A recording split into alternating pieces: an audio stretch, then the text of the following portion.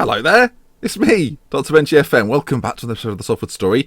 Little disclaimer before we start. We're still in the Vanarama National. As soon as we get into league football, these transfer episodes will become special. So they'll be named as such. So be looking out for them. Today, though, is special. Just not a transfer special. Transfer episode today. We've had a clear out. Run the intro. P.S. I don't know about the whereabouts of Danny Webber. After the last episode, we still haven't seen him.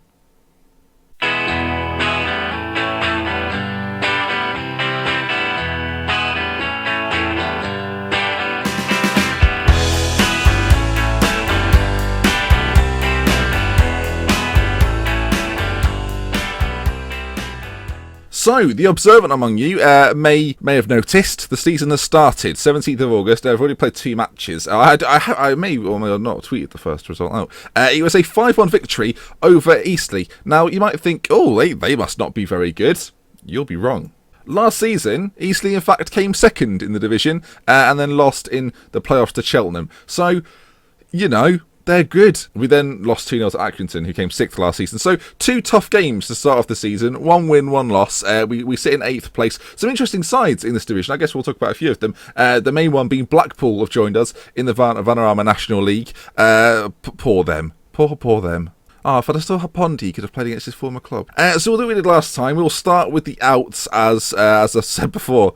We've had a bit of a clear out. So, if you take a look, we'll start at the top and work our way down. Billy Painter has left the club. James Paul has left the club. Left back Marcus Williams has left the club. Midfielder Jamie Chandler has left the club. Jay Lynch has left the club. I do feel a bit sad about this. I've gone to North Road, but you can see their 1-star rating doesn't really cut it anymore. Thank you, Jay, for your service, though. You've been here for a very long time, and I appreciate your help throughout the years. Mason Watkins-Clark. We're finally saying goodbye to Watkins-Clark. 2-star ability. Not a bad player, but we're looking for that sort of 3-star, 3.5-star and above now. And he just doesn't quite fit that mould. So again, thank you for your service, my man. I do appreciate it. Had 2 fantastic seasons for me. Didn't play at all last season. So see you later, Watkins-Clark. Liam Davis has left. Obviously picked up that big injury last season. Didn't really feature for me. 2 goals in 10 games, which is a shame because for that one season where he got 31 and 38, he was an absolute superstar. Emmanuel Kante. We'll never get to say his name again. He's gone to Mansfield, so I mean, we may well face him this season. No, he's gone up a division. 3-star player, very good player. I just feel like our centre backs actually that start this year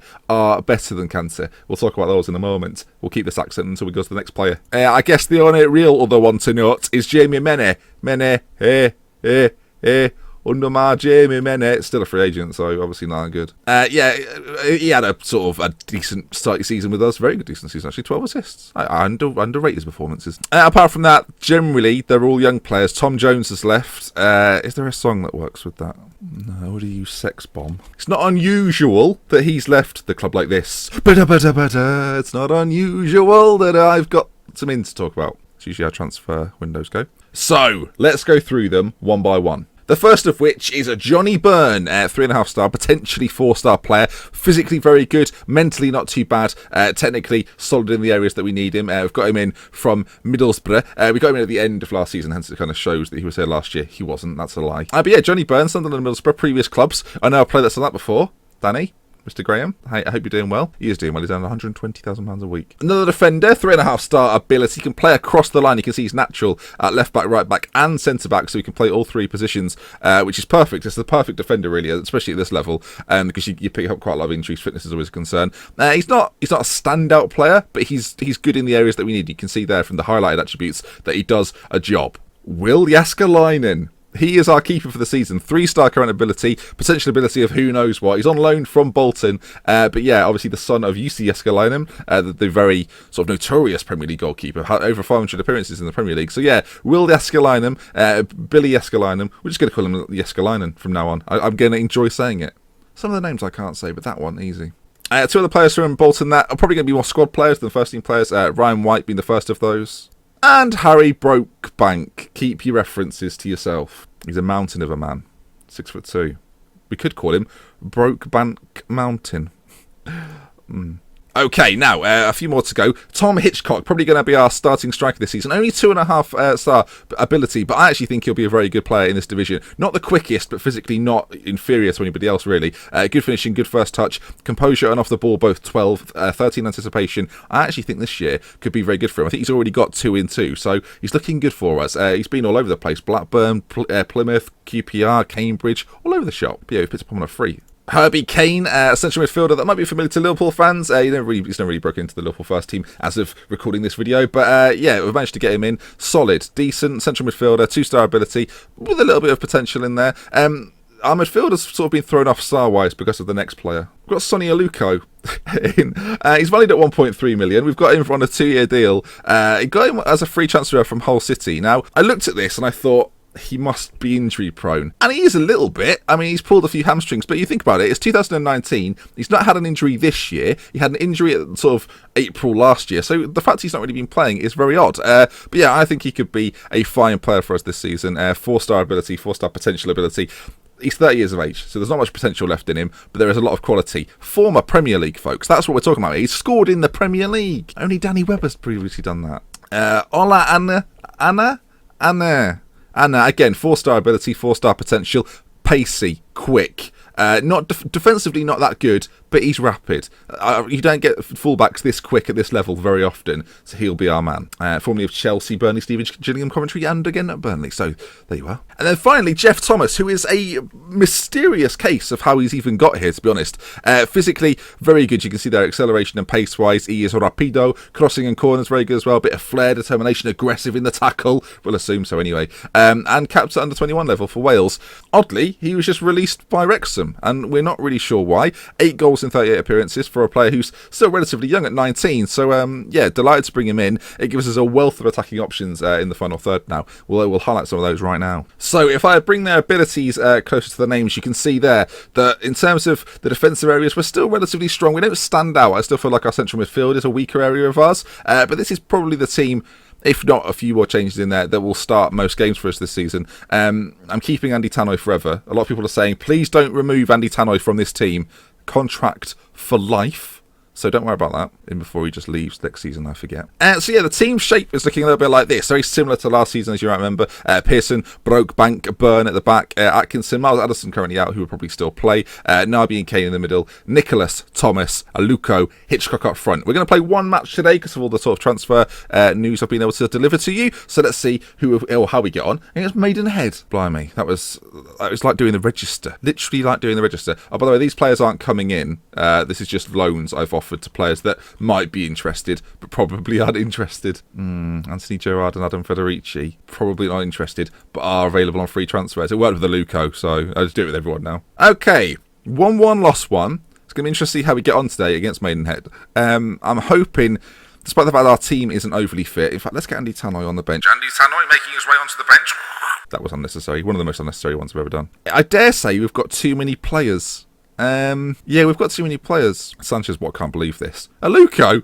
He's an actual player. I'm just a youth prospect from the early 2000s.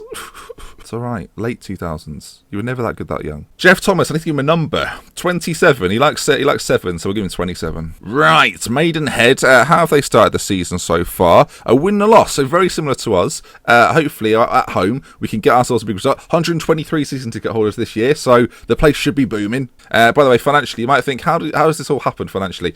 The chairman just keeps saying, I have another 200k, just don't lose it all. And then I lose it all, and they go, I have another 200k. I'm like, thank you very much. Basically, they're just keeping us afloat, which is fine with me. Right, I've told the boys their favourites here.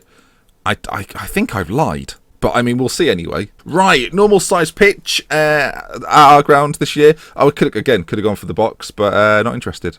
I've called it a box now instead of a square. We're not playing the cube. Come on. Right, hopefully we can start our season very well. As I say, beat Eastleigh 5-1, which is just, I don't know, a bit of out of nowhere result, but I'll still take it. And then a loss to Accrington Stanley. Who are they? The team that beat us. So let's see how we got on today. Thomas with his first touch that we've seen so far. Hitchcock with it. Now, a lot of players to get to know this season, and hopefully we get to know them because of how good they are. As we go back here, Atkinson still remains with us from last season. I'll try and talk through a few of the players as we continue on. Oh, Aluko keeping the ball in magnificently, and then go strong in the tackle, and now they're coming forward. So It's not worked out for the best. Brokebank has... oh, dearie me. This could be bad news. It just gets a warning, which suggests he's not going to get back into position, and they're going to score. He's back in position, and they've scored. Jääskeläinen palms it in. That's what we like to see. Nice to be back, new season. Same shit. It's a wicked delivery, to be fair. It's put in a very uncomfortable areas between our defence and our goalkeeper. And to be fair to Jääskeläinen, he does a pretty good job. Just doesn't keep it out. We're attacking him this game. I'm gonna bring it back to standard. Rein it in a bit. So the expectations for the season. Okay, we've got the ball. The expectation for the season, I think, is sort of the top 10. I've said top half finish. So. That's what we'll try. Aluko on this left-hand side. Obviously got the quality. Ball into the middle. Not on that occasion, though. I did sign Aluko thinking we could actually play him up front. We've got quite good players to play in behind the strikers as Brokebank. I mean, that's just... It's been saved and it's been blocked. But it's not great defending. So, yeah, I think top 10, maybe top 6 if we get a little bit lucky. You never know. But top 10 seems the most likely. Although the fact we beat Eastleigh gave me sort of false hope and then we were brought back down to earth immediately. A lot of new players as well. Bedamin, Jelamin. Right, so that brings us to half time. We are currently. I'm going to get aggressive because I think you prefer that. Oh, they love it. Yeah, we're going to make a change or two. What shall we do? Wish we had a more defensive midfielder. Okay, here's the plan. Coming onto the field, number 6, Andy Tannoy, replacing Nicholas. I'm sorry, I don't have his number. Has anyone got his number? Doesn't matter. We'll just take him off. What we're going to do is play Andy Tannoy as the deep line playmaker in a more defensive role, and then give Kane a more supportive role in the midfield. We're also going to make Naby a ball-winning midfielder on support. There we go. That should suit us a little bit more, I think. I'm just hoping Andy Tannoy will be able to dictate the play and allow the other midfielders to push on a little bit more. Needs a goal, takes off his attacking midfielder. It's bold. Right, we're going to go more attacking. We haven't got as many players in forward areas now, so we may as well. In terms of possession, we're absolutely dominating. In terms of goals, we're not. Jonathan Capend is not fit to be brought on. We're going to put Aluko up front because I feel like that's going to be my tested method this season. If in doubt, just pop Aluko up front. Right, not that long to go in this one. 13 to 10 minutes left to go. I feel like we've been a bit unfortunate. We haven't really created a clear-cut chance, which is part of the problem. We've just created one half chance, and the game is pretty much going to see a lot like that. A 1-0 defeat in a pretty unspectacular game. The transfers really have been the main point of this episode, my word. So that puts us in not an uncomfortable position, but not a great position. Because this is our first year in the division, you'll see a lot more of this season, unlike last year when we were kind of fighting to get up. So yeah, we'll be back very soon. Let's find out when. Let's just tease it. Tease it. I don't know why I'm doing that. I'm not a Thunderbird. Or am I? I'm not. Never thought I'd be doing a Football Manager episode where I have to say that I'm not a Thunderbird. Seems odd. So, I think next time we shall meet, do you know what we'll do? We'll do Gateshead and Blackpool. I think that looks quite interesting.